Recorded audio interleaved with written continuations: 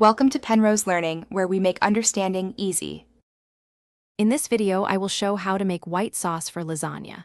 First, gather your essential ingredients: butter, all-purpose flour, whole milk, and your preferred seasonings like salt, pepper, and a pinch of nutmeg. Having everything ready before you start makes the process much smoother.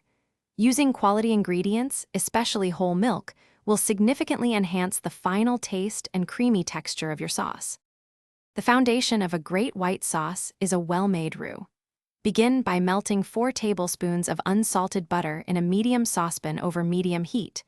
Once the butter is fully melted and slightly bubbling, gradually whisk in 4 tablespoons of all-purpose flour. Continue whisking constantly for about 1 to 2 minutes. This cooks out the raw flour taste and creates a smooth, pale golden paste. Now it's time to transform your roux into a luscious sauce. Gradually pour in 2 cups of cold whole milk, whisking vigorously and continuously as you add it.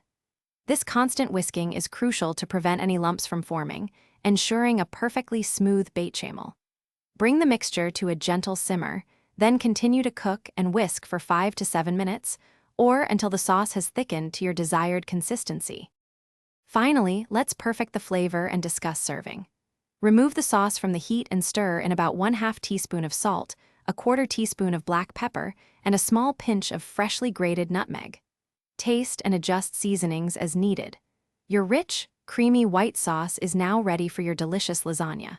For other great deals and to check out the Oala water bottle, be sure to look at the links in the description below.